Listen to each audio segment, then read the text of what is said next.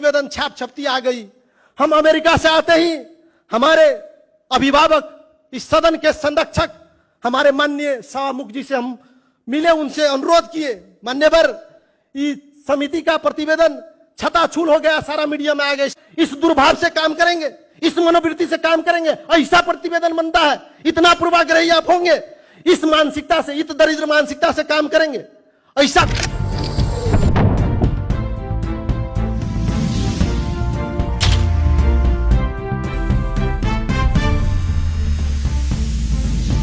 कुंठा से काम करेंगे, प्रतिवेदन पर प्रश्न नहीं उठेगा। आप इसका इसी प्रतिवेदन में लिखा है, पढ़िए विद्वान मित्र लोग, इसी में लिखा है 17। माननीय सभामुख महोदय, बड़ा कसमोकस में हूं, शुरुआत कहां से करूं। सारे हमारे मित्र हैं, बड़े मुस्कुराए हुए चेहरा, बड़ा ताजगी भरा चेहरा हम देख रहे हैं सदन में। मैं बड़ा कसमोकस में हूं कि शुरुआत कहां से करूं। मान्यवर, मैं बताना चाहता हूं इस गरिमा में सदन में, इस छानबीन समिति की शुरुआत कब हुई और कैसे हुई, शायद हमारे विद्वान मित्रों को मैं याद दिलाना चाहता हूं। किसी व्यक्ति का कुंठा हुआ, उसका आदेश पालन नहीं किया गया, उसके आदेश से अमुख पालिका में एक बजट विनियोजन नहीं हुआ, वो पर्सनल ईगो पे ले लिए, उनका मान सम्मान पे पड़ गया। वो बहुत पराक्रमी, अपने आप को सबसे पराक्रमी समझते थे, उनको बड़ा ठेस पहुंच गई। काम करने के दरमियान में किंचित कहीं छूट भी गया हो, उसके बाद सदन में बितंडा मचाई गई। कोई बड़ी बात नहीं थी, कोई बड़ा उलटफेर नहीं हुआ था। हमसे बात रखी गई, हमारे सरकार के तत्कालीन मुखिया, हमारे पूर्व मुख्यमंत्री, हमारे दल के नेता माननीय सरोज कुमार यादव जी बड़े सरलता से, सहजता से सरकार के प्रतिनिधि के रूप में उस बैठक में मैं स्वयं उपस्थित था। हमने बिना कोई किंतु परंतु किए हुए इस बात को स्वीकार किया कि चलिए संसदीय विशेष छानबीन समिति बनाया जाए और सर्वदलीय बनाया जाए। छानबीन समिति 26 गते आषाढ़ की का निर्माण हुआ। मैं आपसे अनुरोध करना चाहता हूं, आप सारे विद्वान मित्र हैं, 27 गते सुबह का न्यूज़पेपर में हमको अपराधी ठहरा दिया गया। इतने अरब का अनियमितता, इतना बड़ा भ्रष्टाचार। ये मेरा मीडिया ट्रायल आषाढ़ के 27 गते से शुरुआत हुई। मान्यवर, मैंने 7 फाइल 130 पन्ना का रख के आया हूं, मेरे 2 बैग में फाइल लेके आया हूं, मीडिया का कटआउट और प्रिंट आउट का फोटोकॉपी और उसका कटआउट का, और जितना भी ऑनलाइन मीडिया में आया 7 फाइल, और सब में 130 पन्ना करके तकरीबन 900 पन्ना का मीडिया ट्रायल मेरा शुरू हुआ। मैं इस सदन का सदस्य था। दोष प्रमाणित होने से पहले कोई दोषी नहीं होता है। शायद न्यायिक सिद्धांत का सबसे बड़ा उदाहरण है, न्याय की मंदिर है, ये लोकतंत्र की मंदिर है। आप अपने छाती पे हाथ रखिएगा, सबको मालूम है मेरा चीरहरण किया गया, मेरा चरित्र हत्या किया गया, मेरा राजनीतिक भविष्य के साथ खिलवाड़ किया गया, मेरा कैरेक्टर एसाइनेशन किया गया। रोज हर दिन मीडिया ट्रायल हुआ, हर दिन नया नया तथ्य निकाला गया। मैं आपसे प्रश्न करना चाहता हूं, आप विद्वान मित्र हैं, आप सोचिए, क्या वो समिति निष्पक्ष है? जो 26 गते बनी, वो समिति का पूर्णता आषाढ़ 26 गते बनी, 27 गते से मेरा मीडिया ट्रायल होता है, और समिति की पूर्णता सावन के 3 गते होती है।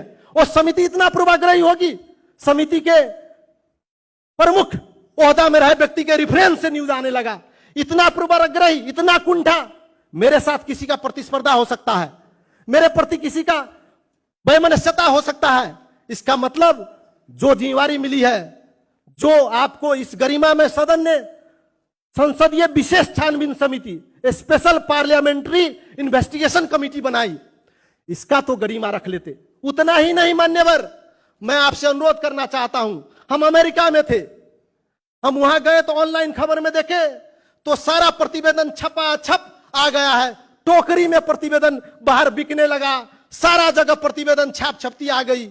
हम अमेरिका से आते ही हमारे अभिभावक, इस सदन के संरक्षक, हमारे माननीय सभामुख जी से हम मिले, उनसे अनुरोध किए, मान्यवर ये समिति का प्रतिवेदन छताछूल हो गया, सारा मीडिया में आ गया। समिति की गरिमा है, ये समिति की मर्यादा है, ये आचरण इस समिति की होगी, इस मनोदिशा से, इस मनोवृत्ति से समिति कायम करेगी।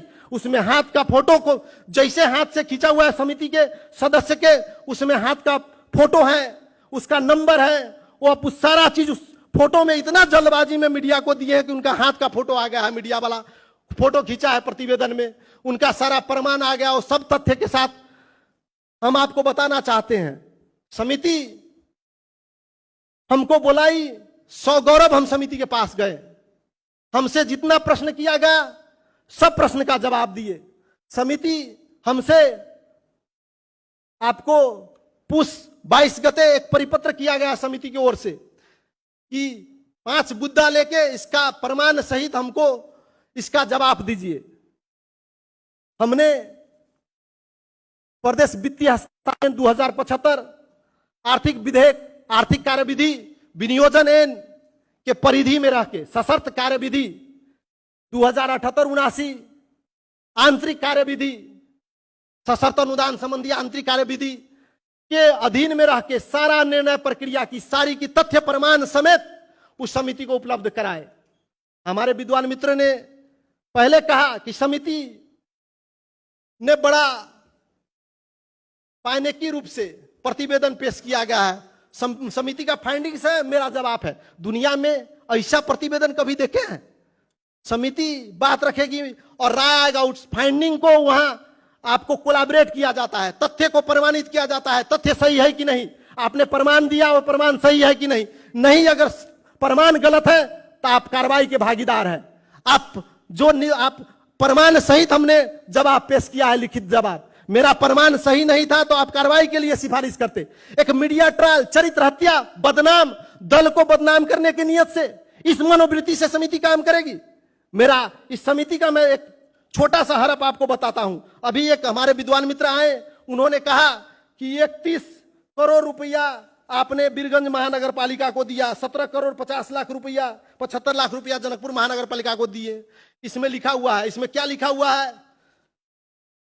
माथी उल्लेखित तालिका में बीरगंज महानगर पालिका लाई रु 31 करोड़ 75 लाख सशर्त अनुदान दिए को देखिन छ।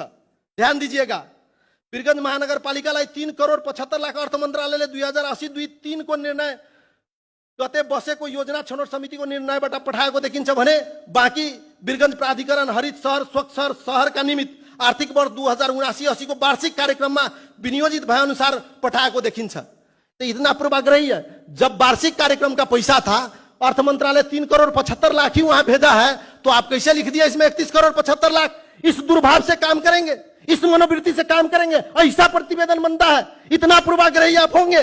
इस मानसिकता से, इस दरिद्र मानसिकता से काम करेंगे, ऐसा कुंठा से काम करेंगे, प्रतिवेदन पर प्रश्न नहीं उठेगा।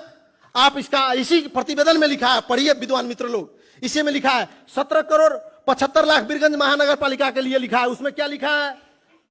1 करोड़ उसमें लिखा है जनकपुर उप महानगर पालिका 17 करोड़ 50 लाख सशर्त अनुदान पठाएको देखिन्छ।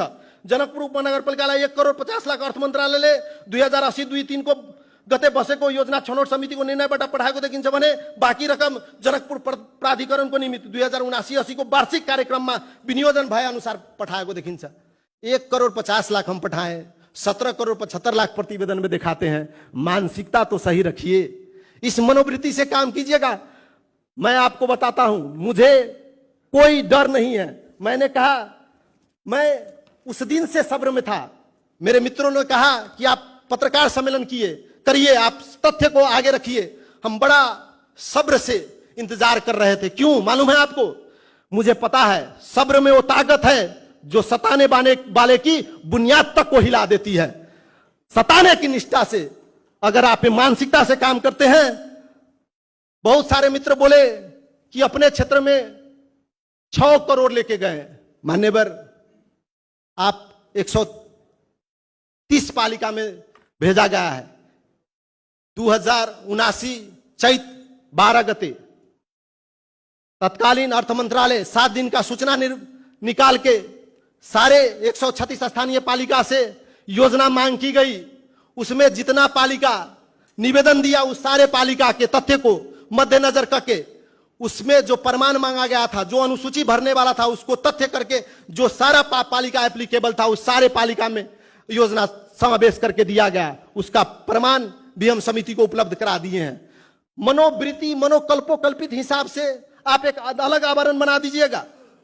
मैं एक बात करना चाहता हूं इस गरिमामय सदन से, हम आंदोलन के भट्टी से तब के आए हैं, इस संहिता को, इस व्यवस्था को अपने खून से सींचा है हमने।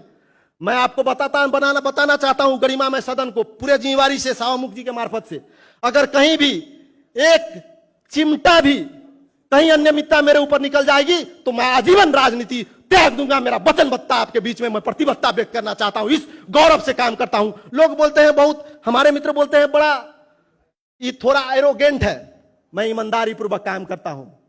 मैं अपने क्षमता का कानून नियम से दिया गया अधिकार को प्रयोग करके, माननीय सावामुख जी आपसे विनम्र अनुरोध करेंगे, इतना बड़ा एलिगेशन मैं 2 मिनट ज्यादा समय के लिए आपसे विनम्र अनुरोध करूंगा।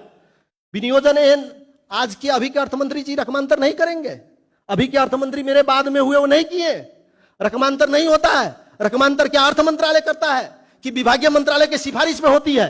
एक भी विभागीय मंत्रालय का नाम तक नहीं लिया गया, सिर्फ अर्थ मंत्रालय रकमांतर कर दिया। इतना पूर्वाग्रही, इतना कुंठा, इस मनोवृत्ति से समिति काम करेगी? वहां कहा गया मीडिया ट्रायल में इतना अरब का रकमांतर हो गया, आप छानबीन किए कहां आया? 22 गते रकमांतर हुआ, मान्यवर 24 गते भी रकमांतर होगी, चूंकि ये व्यवस्था नया है, प्रदेश की संरचना नया है। आज आपने मंत्रिमंडल विस्तार किया, उसका व्यवस्थापन उसमें नहीं किया गया राज्य मंत्री के लिए, कल उसके लिए विनियोजन नहीं होगा। बजट विपदा आ जाएगी, सूखा पड़ गया, 24 गते आवश्यकता है, आप विनियोजन नहीं कीजिएगा, बजट आप रकमांतर नहीं कीजिएगा। विनियोजन एन ने अधिकार दिया है, आप विनियोजन एन में प्रति वहां लगाइए ना। आपने कहा बड़ा उदारता के साथ समानुपातिक विकास नहीं हुई, क्या आज हुई? इस बजट में समानुपातिक बजट वितरण हुआ।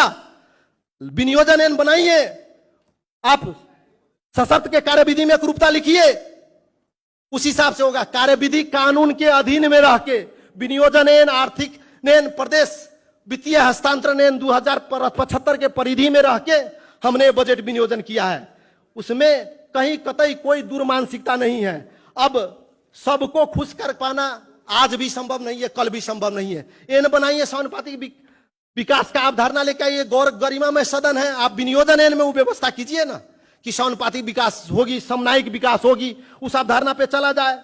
मैं आपसे एक विनम्र अनुरोध करता हूं, सच्चाई को परेशान किया जा सकता है, बदनाम किया जा सकता है, लेकिन पराजित नहीं किया जा सकता। अभी दिन है, लाखों के भीड़ खड़ा करके इसको रात में तब्दील नहीं किया जा सकता है, दिन ही रहेगी। इसलिए भी मैं आपसे विनम्र अनुरोध करता हूं, जो मुस्कुरा रहे हैं हमारे मित्र, उनसे अनुरोध करना चाहता हूं, हमारी बर्बादियों पर मुस्कुरा